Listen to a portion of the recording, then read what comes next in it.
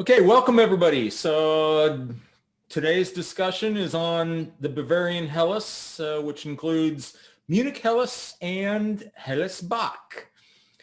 And me being smart ass as usual, it's what the Helles. So here we go. Let's get into the vital statistics right off the bat.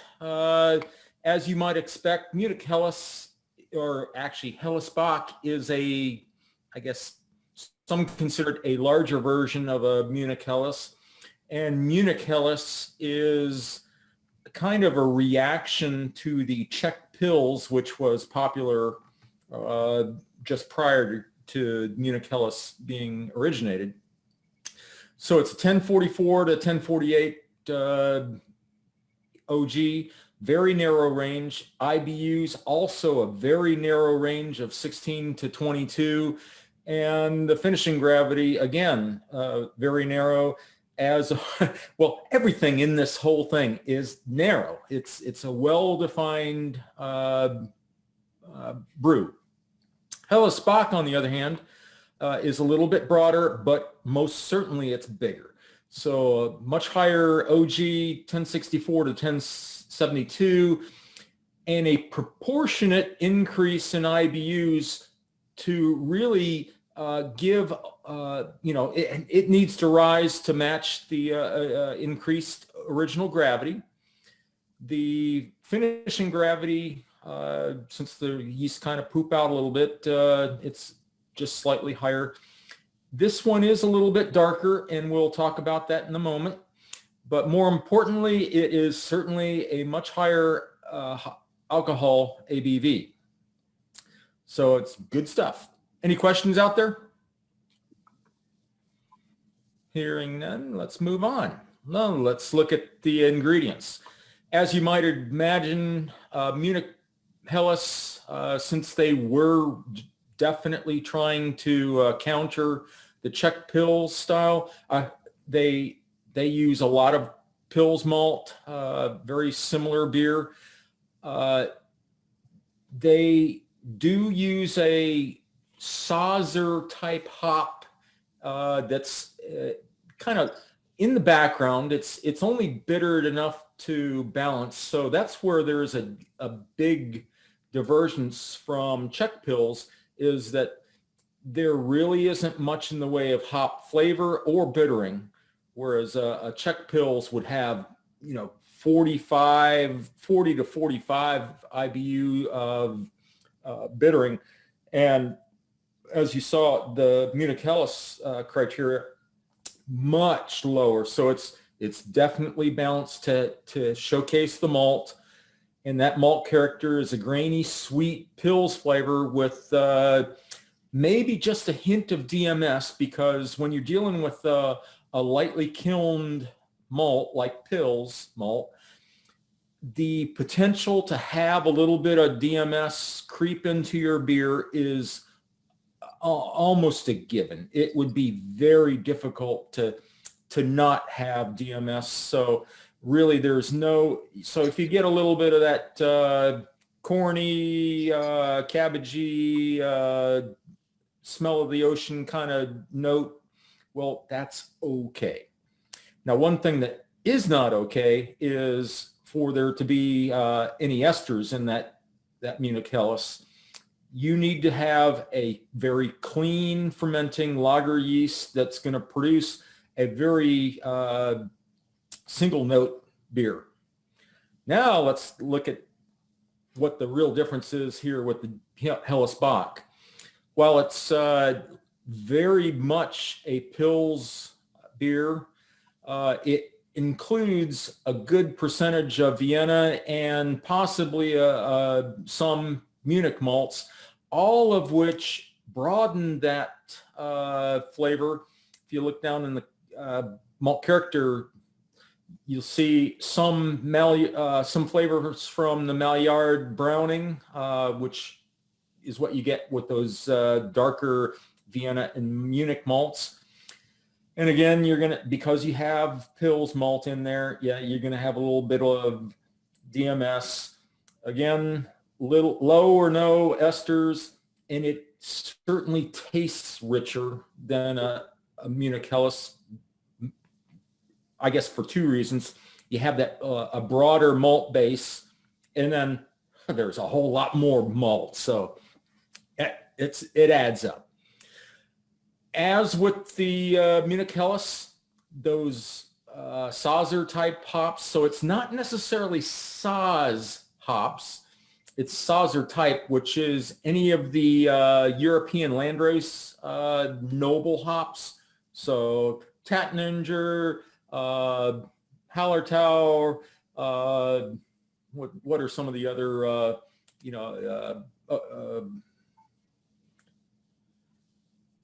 can't remember any at the moment, but any of those German hops that throw off a little bit of, maybe a little bit of spicy herbal kind of notes that, really make an interesting flavor. But as with the Munich Helles, they're so far in the background that for the most part, you're not really going to know that they're there anyhow. You're just got enough bittering in there to make sure that the beer isn't overly cloying. So, yeah, the styles certainly are similar, and of course the Bock is bigger. Helles is a clean lager that was somewhat patterned after that Czech Pils, but they, I guess, being Bavarian tastes, they had their own preferences, and that apparently was not for bittering. So a light hand with the hops and the bittering. And of course, the Helles Bock is the richer and bigger version of the Helles. And if you read the BJCP guidelines, they also claim that Helles Bock might be just a lighter colored version of Dunkelsbock. So, take it one way or the other. You'll have a great beer either way. So now let's talk a little bit about the genesis of these styles. And of course, we need to start in Munich and Bavaria. So Munich is famous for both the pale and dark beers, interestingly enough. And major breweries in Munich include Paulaner, Augustiner, Hackerschor, Spaten, Hofbrauhaus, and Bloemenschau. And the Isar River flows through Munich, but that river is not really the water supply for Munich. The water supply is largely from groundwater. So let's look at what's going on there. Bavarian geology, so of course this is southern Germany, and at the far south, I guess, border of Germany is the Alps, and they border between Austria and France, and so everything is pretty much flowing north here. So the Alps are on your back. Downhill is to the north, and far downhill is the Danube River, which runs through Bavaria. Carbonate rock, by carbonate rock, I mean limestone or dolomite, is at or near the ground surface in the mountains, but it's kind of deep underground around Munich. And there's a lot of soil layers between that. So it's not so much the local conditions that control, it's what I'm going to show you next. And here's a generalized interpretation of what's going on there. So you got the Alps over there on your left, and surface water and groundwater both are flowing downhill towards the Danube River, which would be on the right. And as you can see, yeah, limestone is deep underneath Munich, and of course that's hundreds of feet at that Munich point with the smokestack. And what's going on is Munich is pulling their water out of that sand and gravel layer. So it's already been infused with a whole bunch of the hardness and alkalinity that's typical when rainwater flows through carbonate rocks. So much like here in Indiana, they've got a lot of hardness and they've got a lot of alkalinity. So let's look at what that water is typically contains. The calcium is pretty high. 77 milligrams per liter is fairly high. It's not rock hard, but it's hard. The magnesium is a touch high. Sodium and chloride very low. The sulfate very low. So those three, what I call flavor ions, sodium, chloride, and sulfate, are very low. So this is not a very, I guess, flavorful water to speak of. But one thing to note here is that the bicarbonate content, the alkalinity part of it, it's really high. 295 parts per million is, I mean, that's, you drop some acid in that and it'll boil. It would release so much CO2 and all. So back in the day, one alternative for treating water like this, because as some of you know, water with high alkalinity is actually very good to brew dark beers.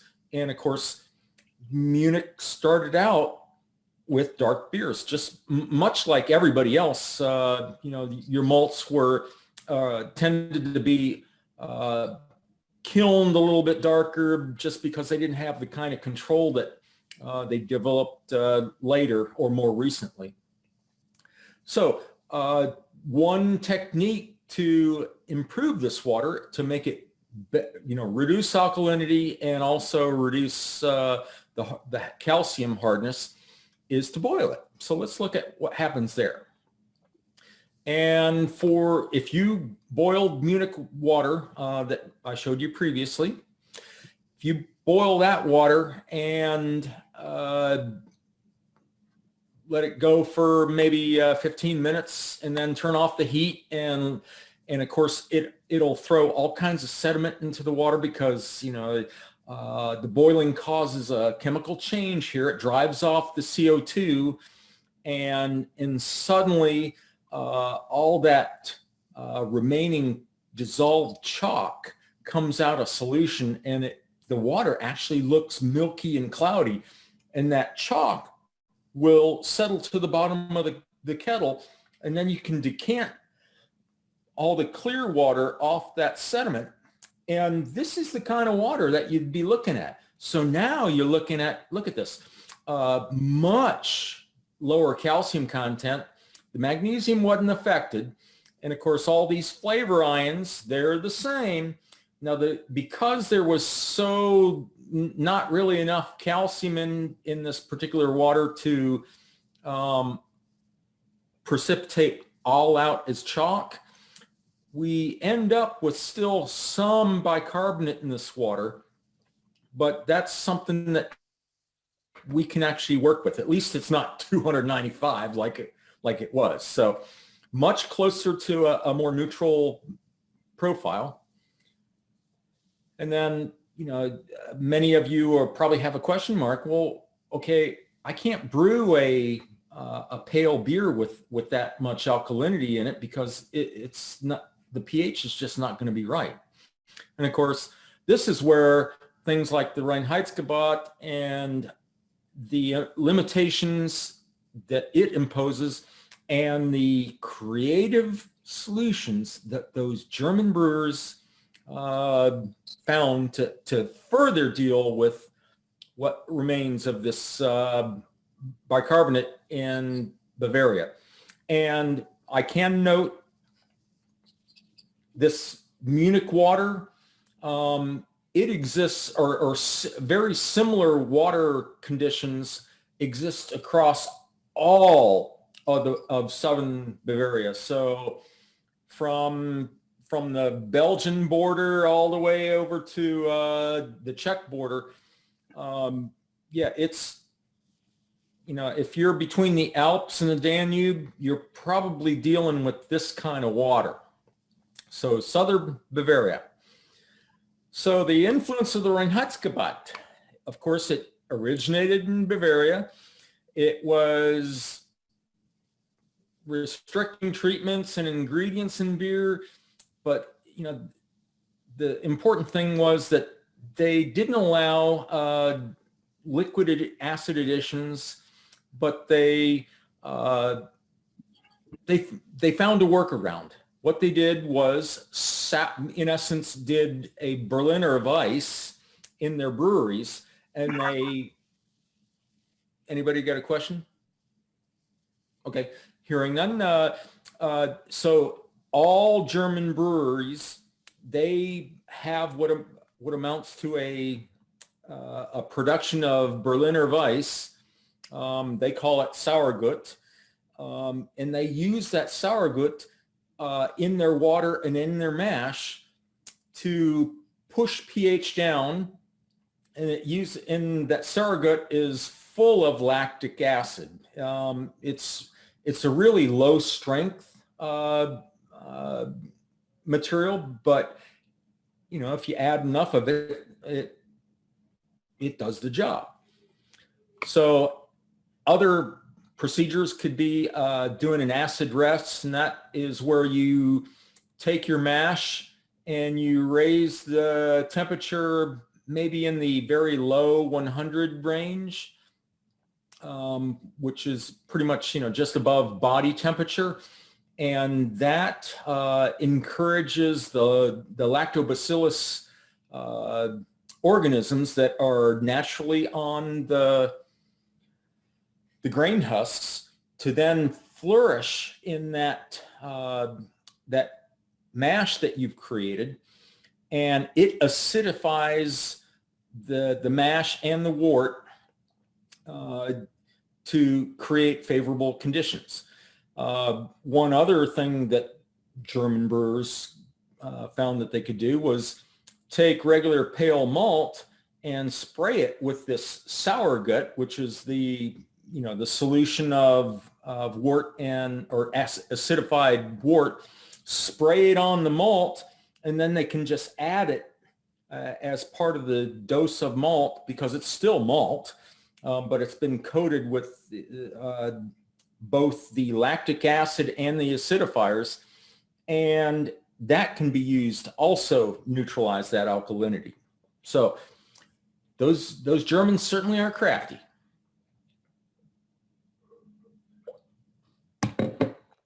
Okay, so the effects of lactic acid, and in my opinion, all continental brewing should always use lactic acid. You should never be using like sulfuric or hydrochloric or phosphoric, because they don't have the flavor that lactic does. And when I honestly believe that there is a very light flavor to lactic acid that is part of many beer profiles. As you'll notice on the fourth bullet, that lactate ion, which is from lactic acid, most people can taste it at about 300 parts per million. Some super taster folks who have very sensitive palates, they might taste it maybe down in 100 to 200 parts per million. But for the vast majority of the public, 300 parts per million is where you're going to taste it. And for any of you that have had Berliner Weiss is dominated by lactic acid, There's also a little bit of Brett in there that throws a little bit of acetate or acetic acid also, but lactic acid is the big contributor there. So just consider that. So you might have actually tasted it before if you've had Berliner Weiss. It's a natural organic acid formula, whoopee, leaves the lactate ion, and there's the formula, whoopee. Okay, so 1 part per million lactate is added to the beer for every part per million of bicarbonate that were neutralized. So as you recall on that previous slide, we were dealing with 100 parts per million bicarbonate. So we're throwing maybe 100 parts per million lactate in our beer.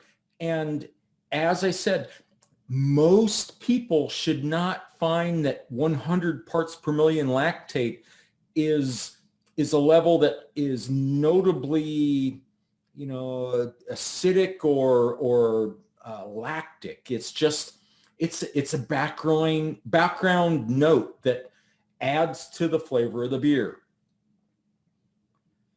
So my advice for brewing Bavarian styles. First, low calcium is typical, and I strongly believe that for most lager styles, low calcium in your brewing water is actually a very good thing. Malt itself in the wort provides 100% of the calcium that the yeast needs for their nutrition and growth. You do not have to have any calcium in your water to brew. That's just not something that you need. It's a wives' tale that is completely and totally false. Now, that's not to say that there aren't advantages to having calcium in some brews, but for these Bavarian styles, modest levels of calcium, and you notice that, so with that boiled profile, you're talking 12 parts per million or something like that. It's probably going to be a little bit higher.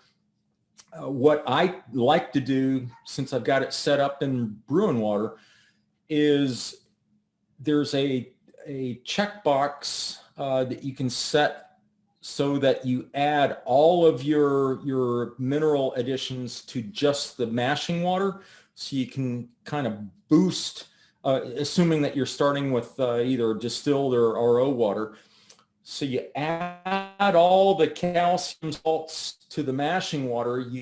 That sort of temporarily raises the calcium for the wort, hopefully above 40 parts per million, which is approximately what it takes to get oxalate to drop out of the wort.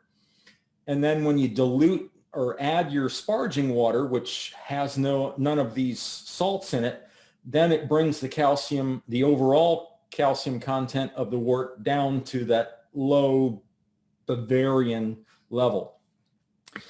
And do remember that the magnesium content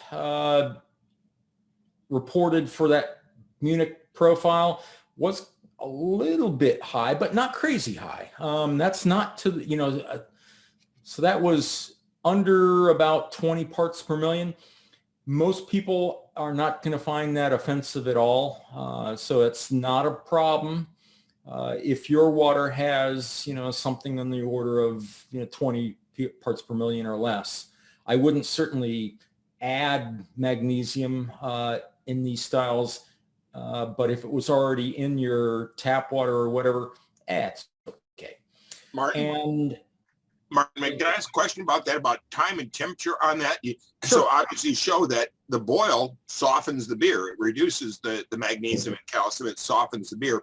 Could you talk about time and temperature on that?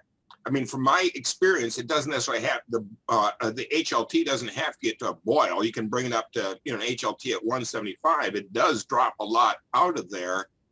So time and temperature, how does that affect that? That's it. It's strictly a chemical process. I'm not familiar with time and temperature effects. But yeah, I know that you do lose some calcium through the boil, but it's not that significant, especially when you're starting with low calcium in your wort in the first place. So the loss is proportional to how much you put in.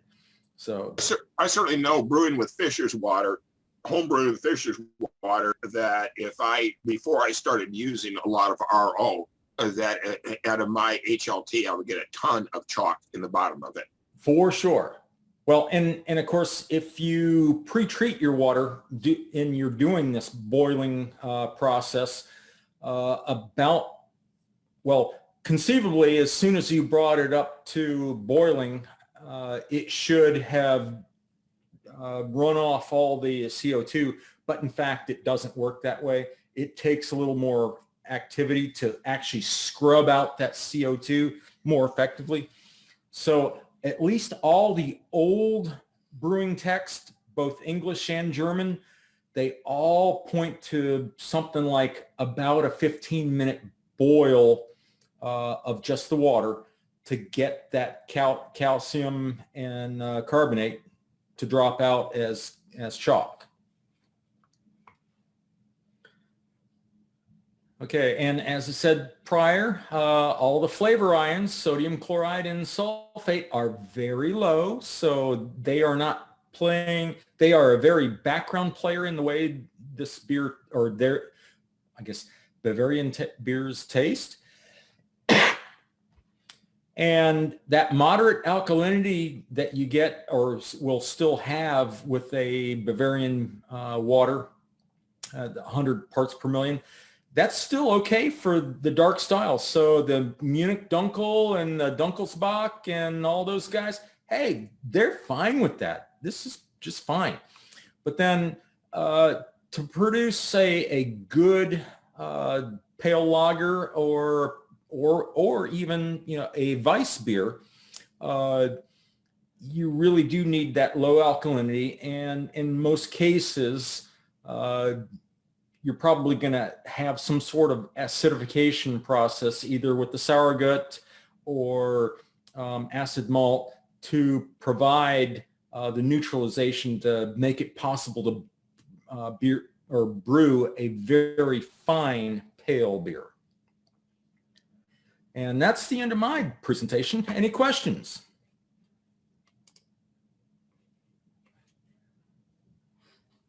So so I mentioned that I had the Spaten Premium Lager. It was in decent shape. I have no idea what the, well, it says 09/20/21. So I'm not sure if that's a Best Buy date or what, but seemed fresh enough. It had just a touch of methyl mercaptan, the skunk, but what do you expect out of a green bottle? Sure wish they had cans for this. This Anger Bavarian Pils I've got, it's definitely got some oxidation on it. I was looking for the date on it, but I'm definitely getting some oxidation. Good. Any others? Oh, wait. Lee, what have you got there? You're muted. Talking to me? Nope, talking to me, but I'm just not talking to you. It's muted also. So I am drinking Cordy's Hellesbach. Andy's recipe that he posted in December that I brewed in the middle of January. I don't know my Hellesbach that well. I miss getting people to test it and taste it and let me know how well it is. So hopefully, Andy, you'll be at Martin's this Saturday. This Saturday. Yeah, this Saturday at assuming the rain doesn't come through. Andy, can you describe what's going on with the grain bill on that Hellesbach? Yeah, sure. Let me just look it up to make sure that I'm remembering it properly. In the meantime, I'm going to get beer. I won't be there at Martin's. Whoa. Okay. Well, maybe. My daughter was a close contact for COVID-19 at a recent dance performance. So I could be there, but it just didn't seem doesn't seem right. So I probably won't. I brewed that one as well.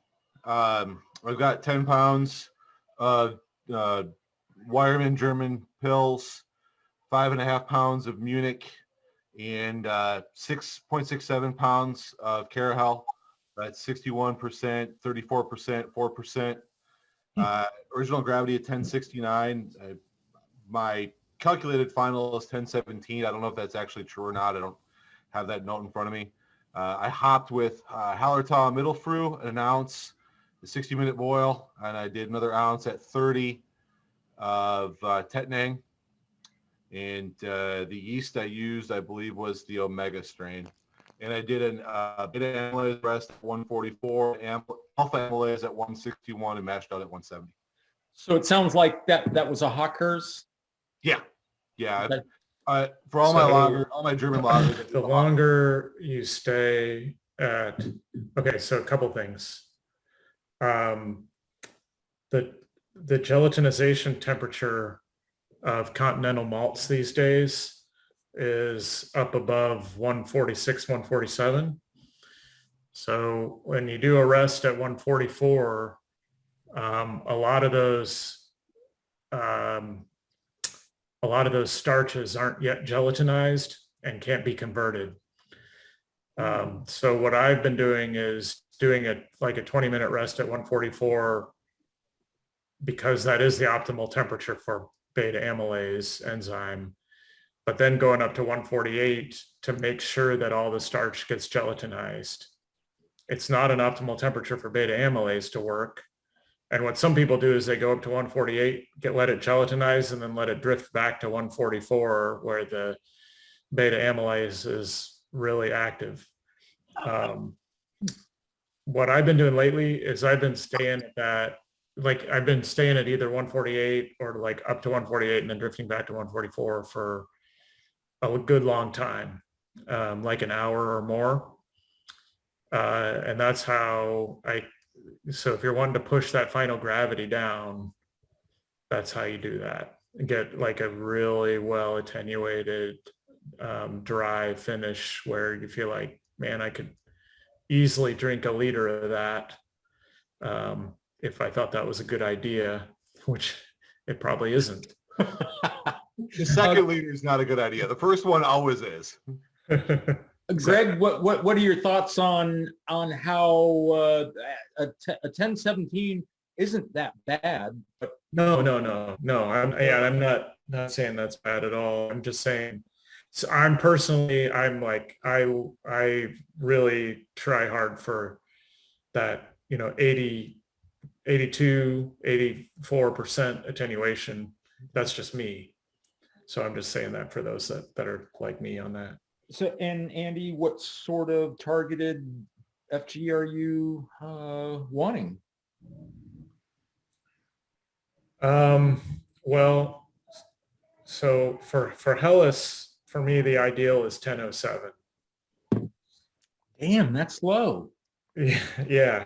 It is. And if you test some of the commercially available Bavarian beers, that's where they are. They're not all that low, but some of them are 1009.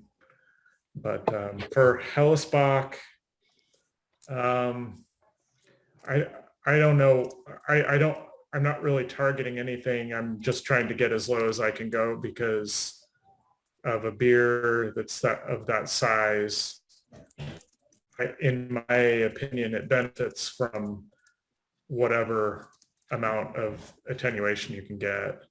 It looks like I got 1013, got down to 1013 on my last one. So that, and it was pretty good, I think. I'm gonna go get some in a minute here. After 148, do you push it up for another rest, or is that you mash I out do, yeah, basically I do the same thing that Greg was talking about. So I'll head up to 163 for 30 minutes. 163 is thought to develop glycoproteins, which promote body. And I think I've observed that. It seems like whenever I've done that, which is pretty much all the time now, I can get a beer that's really, really well attenuated, but still feels like it has plenty of body. And Andy, so you're jumping from that high 140s all the way to 163? Yeah, but I have a low intermediate? No, but my ramps are very slow. The heat source I have just can't. I couldn't tell you how long it takes, but it definitely takes longer than the 1 degree C per minute. That's okay. I think is standard. So one thing that I think took me a while to realize is that the ramps matter. So you're really, when you're doing a step mash and you have a temperature ramp, you're really doing a step mash with a tiny rest at every one of those temperatures, right? And so I noticed this when I went from infusion step mashes where you just dump boiling water in successive increments, that I've noticed a big difference. With the infusion, you're not getting all those intermediary little tiny rests. And with my slow ramp, it's almost like so some people will rest for 5 or 10 minutes at like 151, 152, something like that. I don't even bother with that because my ramps are so slow that I might as well just continue, keep on trucking. So you mentioned having knowledge of, I guess continental European malts, having that higher gelatinization. Where is that published? Or there's a publication called Brauwelt that is, I guess, German trade rag. And they've been documenting it for many years now, several years, I'd say. So it's not going to go back down? I don't know. And in fact, I don't really understand why that has been the case. Climate change is thought to be a factor. I'm not sure if it's really agreed on widely. But no, I don't know if it's going to go. It's a real problem though, because this has been a problem ever since it happened because of what I said earlier. Our gelatinization temperature is now above the optimal temperature for beta amylase enzyme. So it puts you in a real pickle when you can't unlock the starches so that the enzyme can get to them. So hence the creative. And that's why you see all these new products, these new enzyme products out there where you can just add these enzymes to your beer, like Ondia Pro, fungal alpha amylase and things like that, that supposedly, although I haven't had any luck with it myself, supposedly will pre-gelatinize those starches. And another one is, I think Ceramix Flex does it. There's a bunch of them, and they're all kind of swimming around in my head right now, so I don't have them straight. But to help with this problem, among other things. I don't think I've seen them on the homebrew level, but most of them are only available in pro brewer quantities. Okay. I've managed to score a couple of trial sizes of them before. And I might have some extra, by the way, if anybody's interested. I'm trying to think. I'll let people know if they're interested, but there's one company that had trial sizes for sale on their website, and I ordered a couple, and they said, oh yeah, we're not actually making that trial size, so here's like the smallest big size we offer for that price. And then they like shut down their website to like they shut down the option to buy the trial size. So unless we want to go in for a group buy, which might not be a bad idea. But again, I would have recommended this a long time ago if it worked for me. They don't work for me. So yeah, so that doesn't mean, I mean, it could just be me, right? But that's why you haven't heard me talk about them before, because I haven't really gotten them to do anything. Well, so Hey, Martin, yes.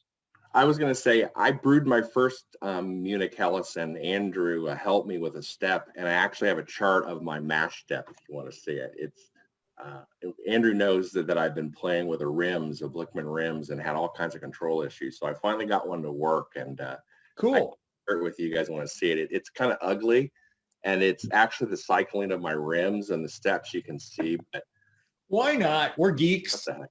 Yeah, and Ron will probably see this later, so you'll see my mash step. So Oh. I have no idea, Andrew. I picked 150. I think I got it in a book, or maybe I listened to something that was incorrect, but this is what I did on 327. So, and the peaks, this is actually the rim's rocket where it exits the coil. So the actual mash temperature tracked pretty closely to the gray line. So that's what I ended up doing. So I don't advocate everyone tracks this, but this was an auto cycle where it actually cycled by itself. So How are you logging temperatures?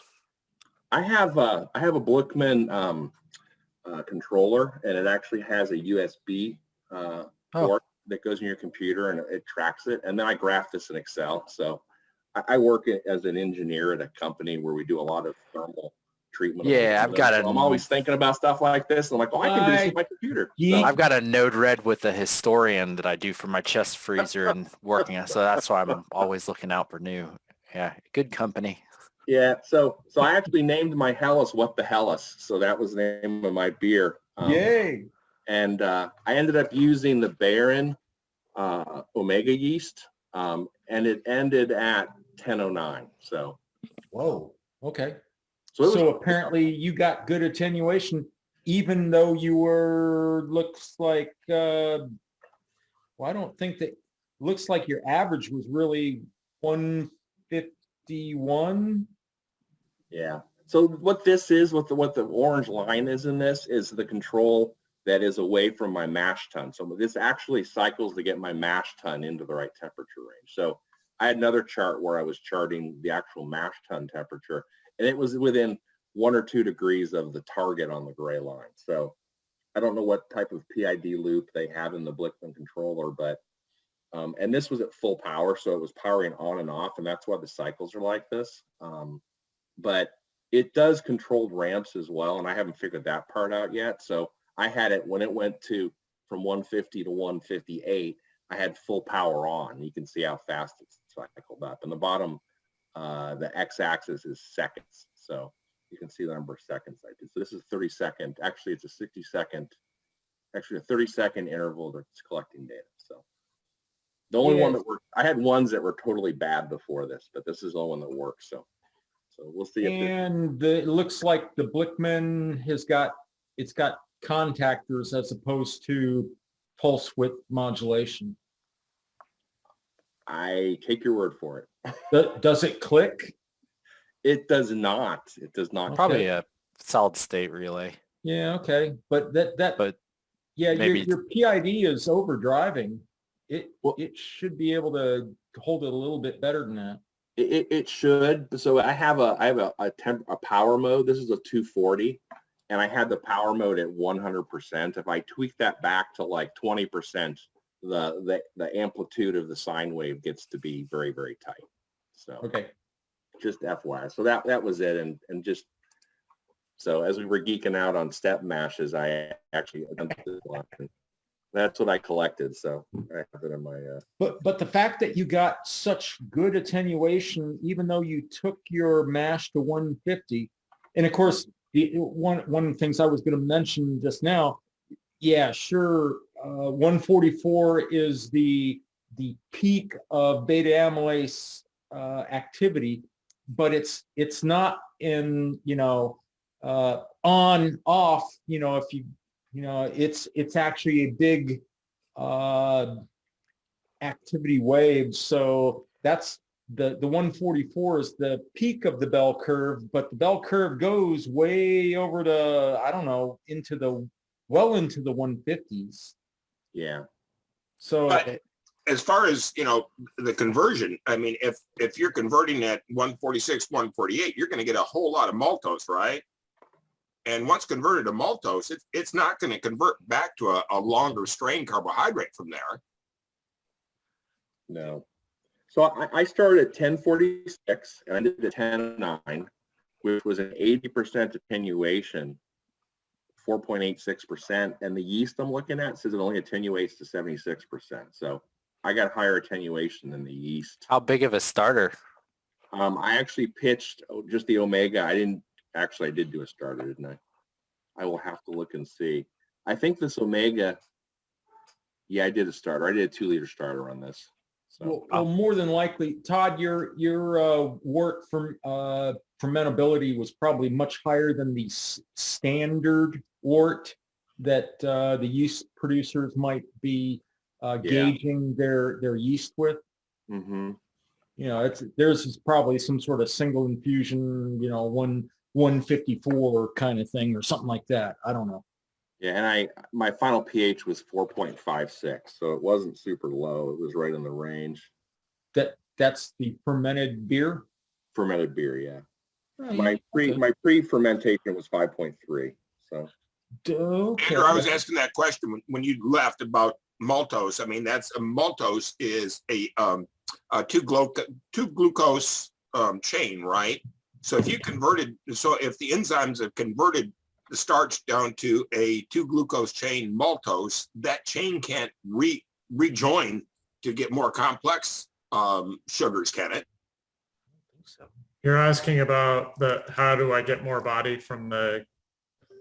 I'm actually asking about maltose being the most fermentable sugar, that it's going to dry out the most. I mean, if you got that kind of attenuation, 80% attenuation, it probably means to me that you're mostly maltose at that point in order to get that kind of attenuation. So the question is, if you then step up, then you're not going to get more other unfermentable sugars. The maltose is still going to remain maltose. It's still going to be fermentable. Isn't that correct? Right. But so usually at the end, I try to make sure that I've achieved at least 80% conversion by the end of the beta rest. So I am getting more conversion as I go up, but also at 163, I'm hoping to make glycoproteins, which promote body in the finished beer. So it's not entirely about conversion at that point. But also producing those glycoproteins and head positive proteins. There's the other consideration, Charlie, that as you step up with the temperature, your extraction, so you have at the 144 or 148 or whatever, you haven't extracted 100% of the fermentable mass out of the grain bill. You bring it up another Understood. 10 or 15 degrees, and you're going to get that, because I see definite increases in gravity with my increasing temperature steps and my mash out. So I'm thinking that late, the late actors to the party, they're getting acted on with the enzymes into the components that Andy's mentioning. Right. So you're going to get some longer strains still at that point. Uh-huh. So I never heard what Greg thought of his beer. Terrible. I enjoy it. I enjoy it a lot. I think I might want to have a little bit more hop character to it to balance out a lot of that sweetness. So I probably had a little bit higher final gravity. In these, I appreciate just that little bit of hop bitterness to it. I mean, I grew up drinking Hofbrau every week for about a decade. So Hofbrau Maibach, Hofbrau, whatever. So to me, I appreciate that little bit of hoppiness that is present in these. So that's probably the one and only tweak I would do. I'm working on a grandfather, so I too get that very easy, nice ramp up in terms of my heating and that kind of thing. This one was interesting. This is the second year now I brewed one of these, and last year it tasted almost identical to the Mashcraft one. So I don't know if anyone's had that, but it was, I mean, side by side, you really couldn't tell them apart. But this one, you can definitely tell a couple things apart. There's the malt complexity. I like this recipe a lot. I really do. I definitely will brew it again. My neighbors are going to drink me out of it before I get to even enjoy it. So I'm super happy about it. And yeah, my only other question, while I got the mic here for a second, I know we talked a ton about the front end and then the mash schedule. What are people doing for the fermentation schedule? Because I do about a 2-liter starter as well, and plenty of good yeast, and just do the shake method. I used to do a stir plate, but get that going. And then I got the fridge with a temperature controller, and I'm right at about 51 to 52 with that 1 degree change. And I've done the Narcissus piece before, but this one I decided to just leave it sit and then ramp it up just that little bit to make sure there's no diacetyl. And then I crashed it in intervals, and then it sat at 34 degrees, 36 degrees, somewhere in there for about 3 months. So I was just curious of what other people are doing in terms of their fermentation and that type of schedule before they finally tap the thing. That's what I do Cool. to a T.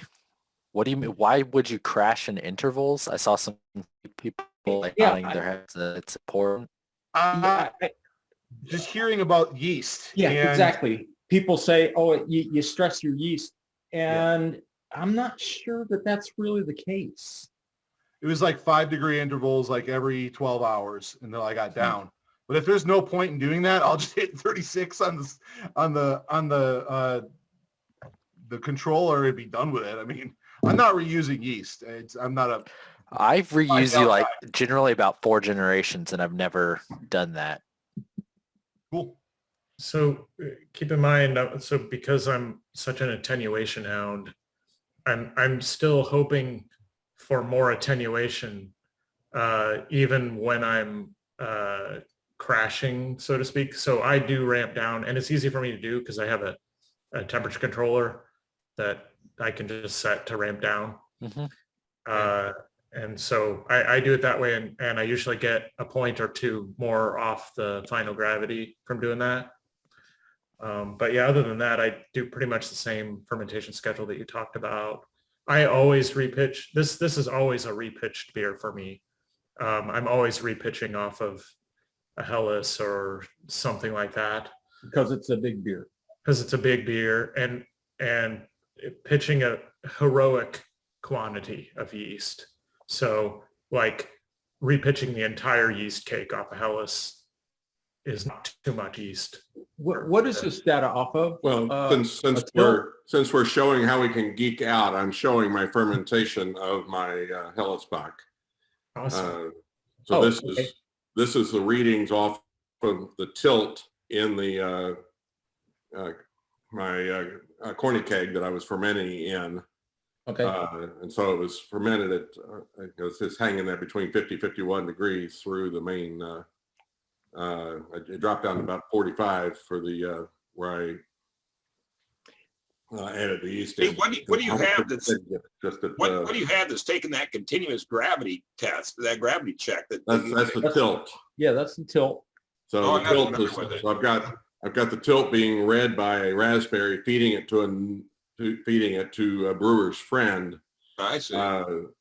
Which is then what I'm displaying here, but it shows me, it gives me the gravity all the time. And then I did a diacetyl rest there towards the end. That Yeah, and a big jump. What's that? that's going up to 60, 17 degrees. 67 or so. Yeah. For the diet, and then the where I crashed it there at the end, dropped it down to 40. This was all in my fermentation chamber, being controlled by a different raspberry. Are you still craft beer pie? What's that? What are you using to control your fermentation chamber? Well, it used to be craft beer pie. I'm now using Node Red. Okay, yeah, that's what I switched to as well. Yeah, Node Red's really nice for putting stuff together. I need to do another pass of it to refine things and clean things up. But Yeah. this was completely handled by Node Red on the Cool. being fed by that raspberry. There's a raspberry in my fermentation chamber right above the corning keg because the tilt Bluetooth is not strong enough to go that far. So I pick it up there. It then rebroadcasts it basically to the other raspberry as well as Brewer's Friend, which are both tracking it as it goes with the raspberry controller controlling the chilling and heat within the chamber itself. Two things. One, I love your reminder at the bottom about closing valves. That's fantastic. And the other piece is, do we have to go that high in terms of degrees to get the diacetyl rest, or is that just your standard what you do? I haven't done a lot of lagers where I'm, where it's that big of a deal to jump up there. So I just picked that as a place to go. I think that I actually you see the stepping up there a little bit. I think I kept pushing it up. I was a little low on my attenuation. I was trying to see if I could encourage a little more attenuation, and I did. You can see the yellow line down there. I did encourage a little more attenuation. My attenuation ended up at 1019. I wanted to get it down at about 1015 or 14. And listening to some of the things on the mash schedule, I started at 148, went up to 161. So it sounds like I should have probably backed down to 144 at one point. Or just stay at 148 for a really long time. Yeah. So I think I've always been really short on my initial rest, but boy, it's sure. Let's. So we're talking, or Andy, you're talking big beers. Now let's go back to a small beer, small lager with the Hockers. Would you still go with a long low temp rest? Yeah, I do. I like I said, I try to stay in beta until I'm at least at 80% of what I expect the first wort gravity to be. So I'm just measuring gravity. It seems like so I'll park it at 148. And I might let it drift back to 144, but every 20 minutes I'll be measuring pH and gravity, and I will try to stay there at least until 80 to 85%. And sometimes I get impatient, so again, the moral is, if you like the idea of like an 8-hour brew day, then definitely do what I'm suggesting. So if that doesn't sound like a good time to you, then don't take my advice. My best beers with a 12-hour brew day. So with respect to that initial rest, though, what are you talking about? Like an hour and a half? It's usually at least an hour. Wow. On my system. Now, everybody's system is different. That's the other thing. People, I would not at all be surprised if people were able to extract more with their system than I am with mine. It's an hour. It's usually an hour to an hour and a half at those 144 to 148 temperatures. And then are you recirculating the entire time? I used to, and then I stopped doing that. recently. I've started, so what I've been doing the past few times is to recirculate constantly. And then when I get up to 148, rest there for 20 minutes and then shut everything off. And then let things drift. And then when I see they've gotten, they're starting to get below 144, then I'll turn them back on again. And the only reason I do that is to save energy and save wear and tear on my pump. Mhm. And I don't think I've noticed any difference in the beer from doing that. And I haven't noticed any difference in efficiency. Like it hasn't caused those times to lengthen. I don't know what you could do. I don't know what you could do to cause those times to lengthen. They're long enough as it is. So. And then Andy, that upper restoration, what are you talking about there? 30 minutes at 163. And I've done that for forever. Okay. I've And never changed that, probably because I can't measure glycoproteins. If I could measure glycoproteins, then I'd probably be fiddling with that too. But thankfully, I can't. So I just leave it at 30 minutes because I think that that's the right amount. Do you do a mash out? Because I take mine to 168. Yeah, I do mash out at 170 for 10 minutes. Okay. Yeah. Okay. So okay. Interesting. Very interesting. Well, wait a second. But Andy, you've mentioned your 5,000 step mashing program. So you're not doing that now, or what? No, I am. What I mean by that is it's just slow. I just have slow ramps. No. You have mentioned that you're like doing your acid ramp and then your protein ramp. I was probably just exaggerating. Okay. So I do this pretty much same mash for every beer that uses a given base malt. So if I'm using Pils malt, which is usually Fireman Pils, usually Fireman Bohemian Pils or Barca Pils, I dough in at 131 and immediately ramp up to 144. Okay.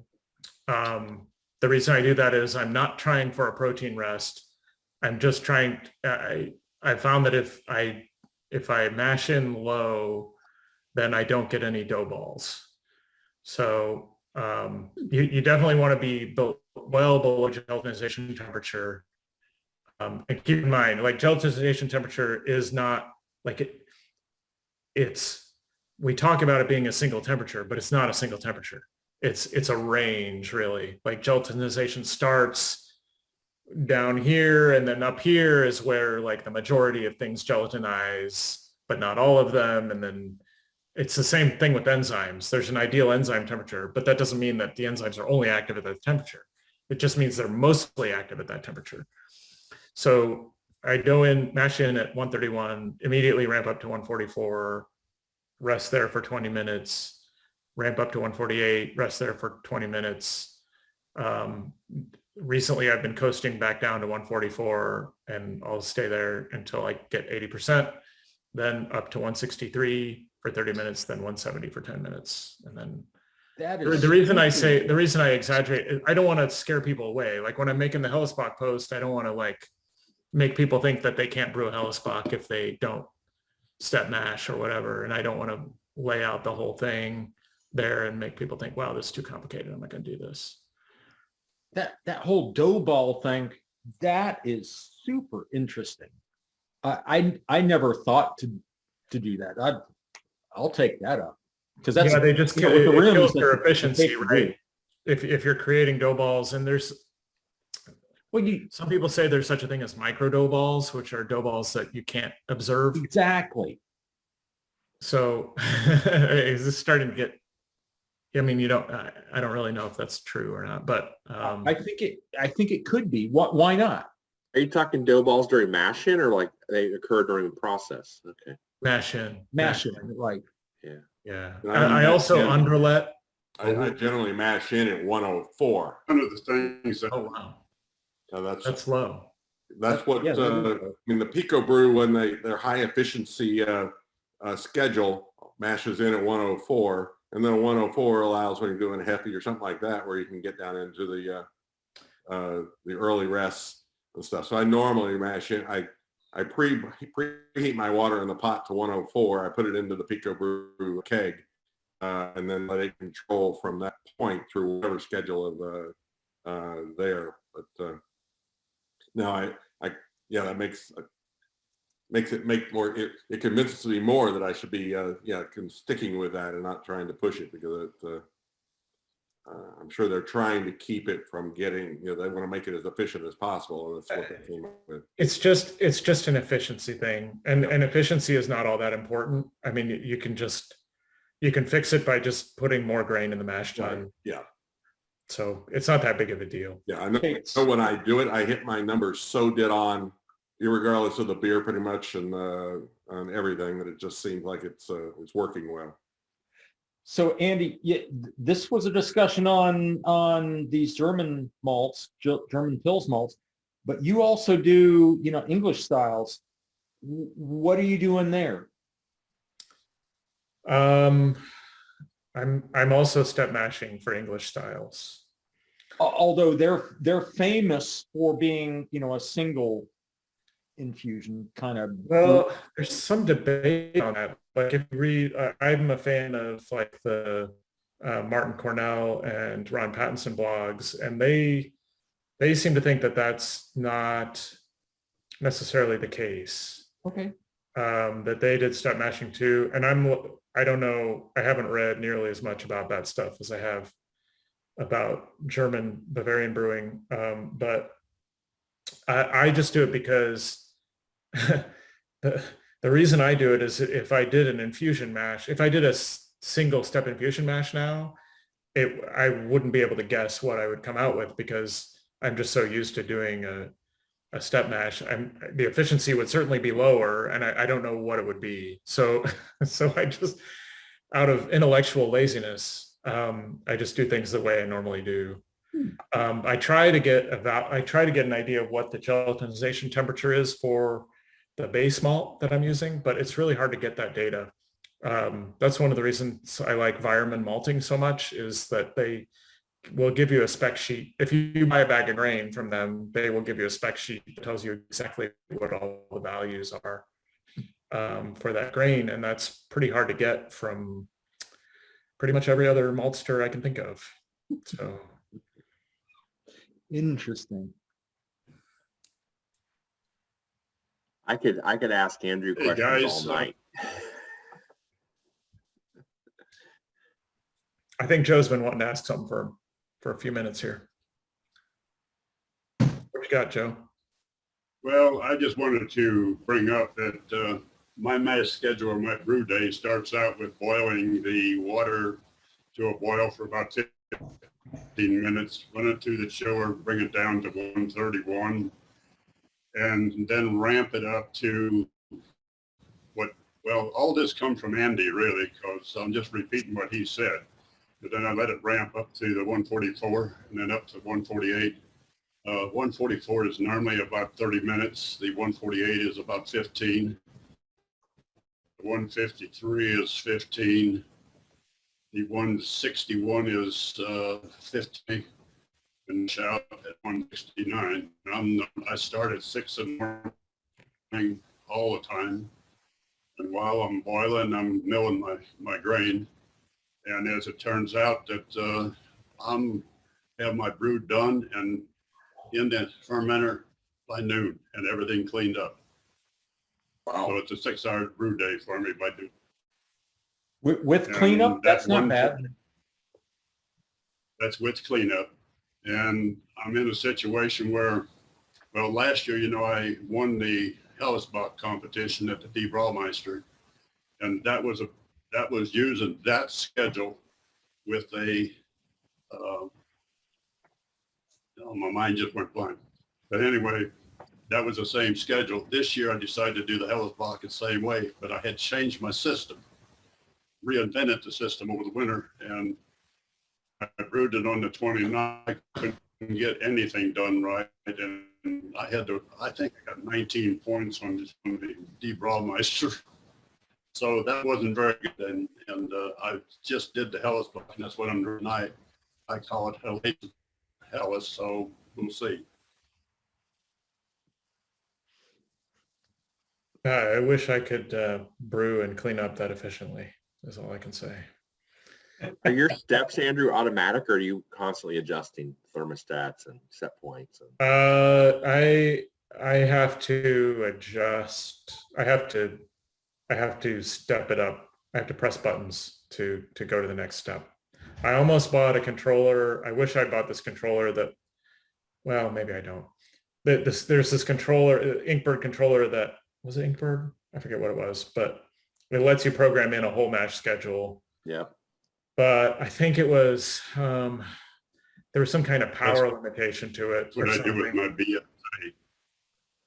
Yeah. No dread. Come to the dark side.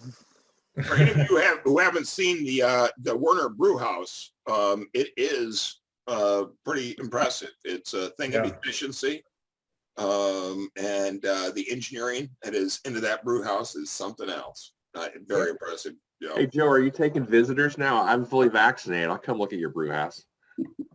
Come over anytime you want to. Exactly. I love it. He's stir crazy now. Hey, Never believed in it anyway. I'm brewing Sunday. You want to come down? I'm in Indy Saturday babysitting my grandbaby, so.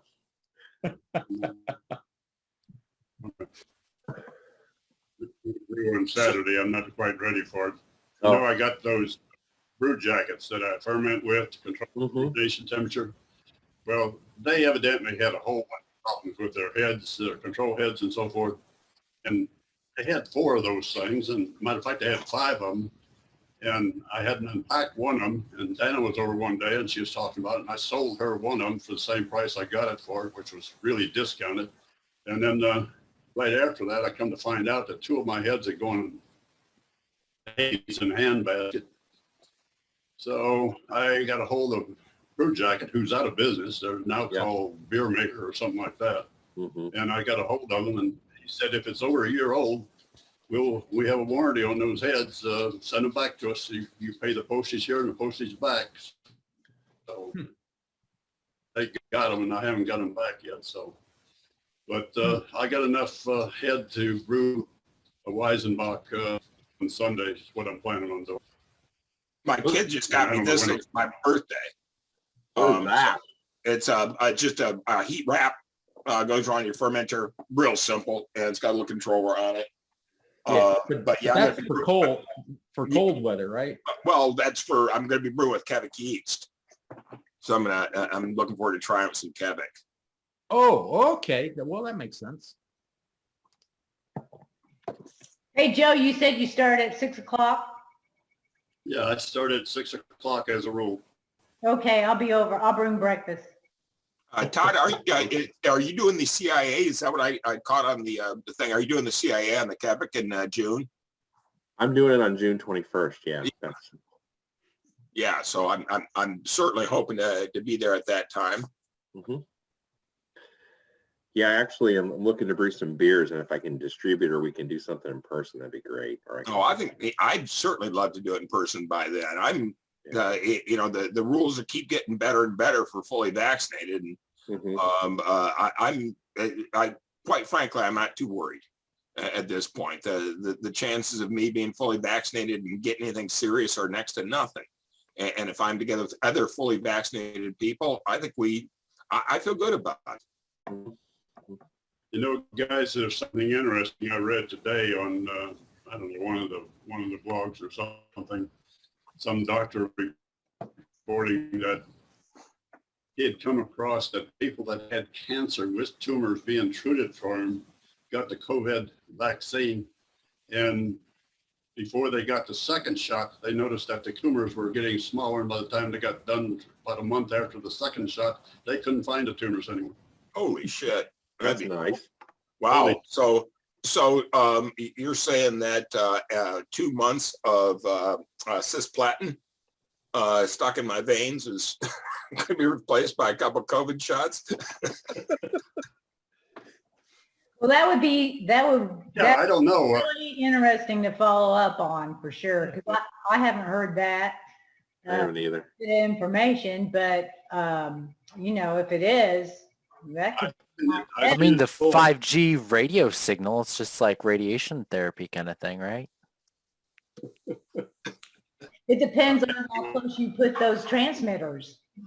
I'm pretty much an expert on both. They hit me with both at the same time. So anybody wants to know anything about chemo or radiation, I can tell you. Well, the thing of it is, I just don't know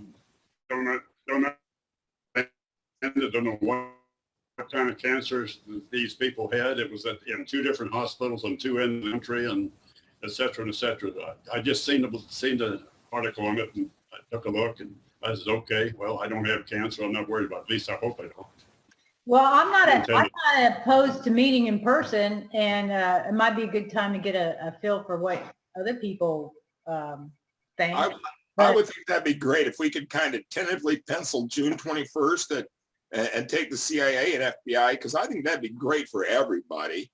Get the attendance as high as possible on it, and Todd, you could bring some of your sample beers at that point, and that would be really awesome, because I'm really excited about Quebec yeast. The potentials of it seem to be just phenomenal. The more I read about it, you can get more lager-like cleanliness out of a yeast in just incredible short period of time.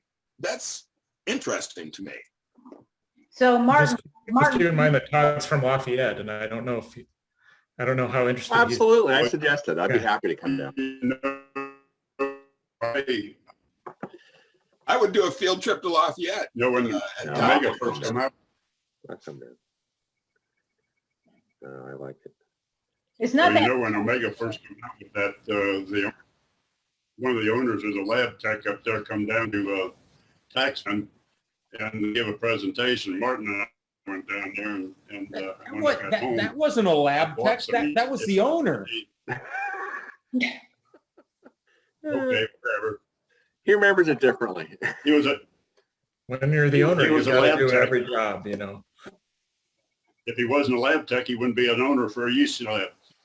Well, that's true. Hey, so Martin, will you check with the leader trans, Then see what we need to do to schedule something there?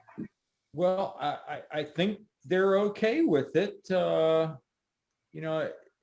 at the point where damn near everybody is probably vaccinated, and I honestly think that we can do it. Okay. And God knows that those rooms are certainly big enough that we should be able to spread out pretty nicely. Yeah, absolutely. And anybody who doesn't feel comfortable, I mean, it's just, they don't feel comfortable. We're all cool with that. And we could even have, a little camera set up if anybody wanted to attend online as well. Well, the only problem with that is I'm not sure how well we could transmit. Mm-hmm. Well, it's got to be, social media quality online. Yeah, it's not going to be anything better than what we've got right now. But if we've got a presenter up there, we could have somebody's cell phone pointed at them is all it would take. Yeah. And so that as they make the presentation, if somebody wanted to at least participate, they could.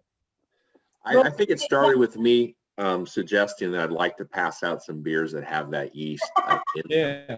If I need to drive to Indy a couple days ahead of time and drop off 18, 20 beers, and you guys can come pick them up at a location, and then we do it via Zoom, I'm okay with that too. Well, You can't deliver to wait, each wait. address. So Todd, that's enough beer for me. House. I deliver beer up here all the time, but it's like 5 square miles. It's not like. Let me know if 40 you square need help miles. bottling or something.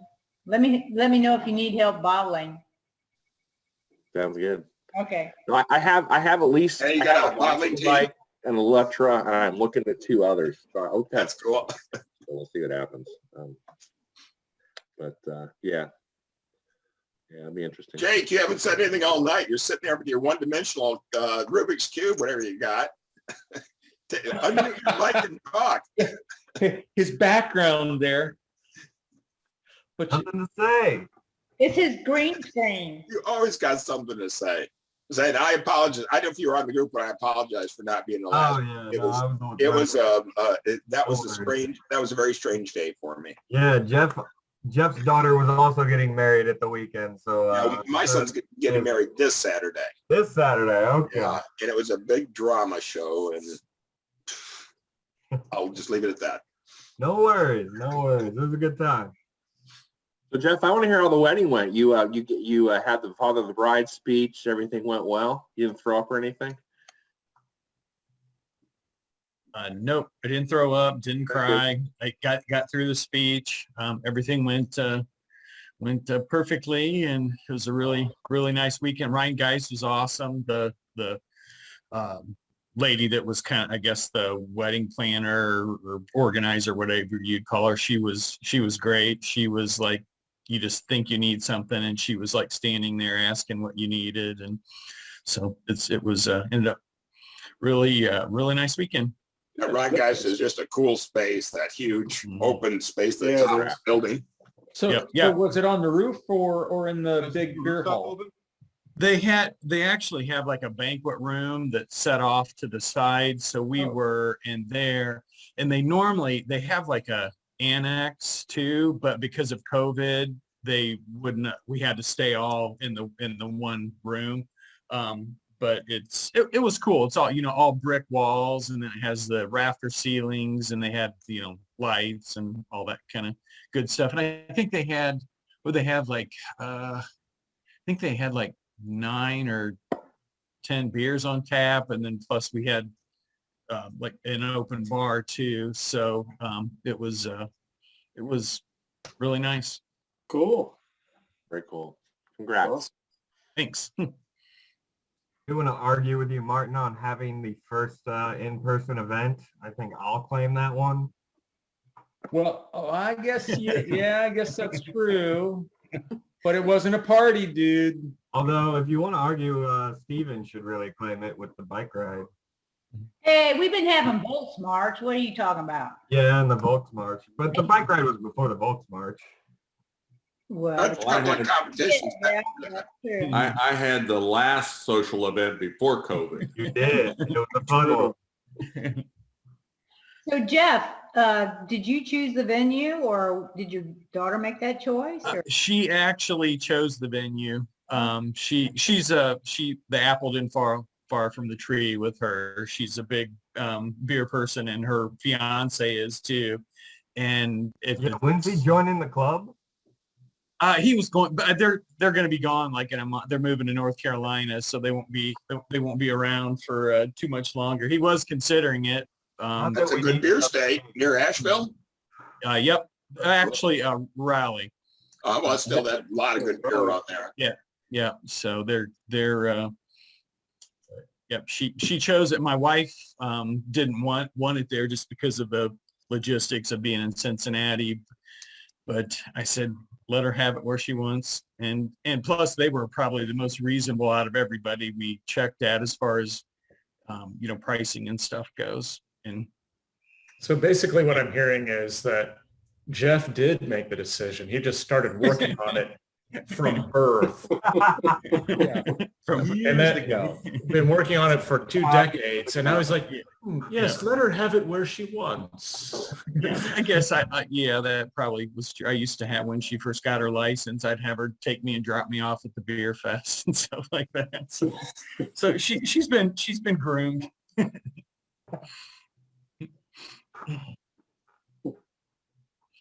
Hey, guys, we still got a drawing. Let's do that this evening, okay?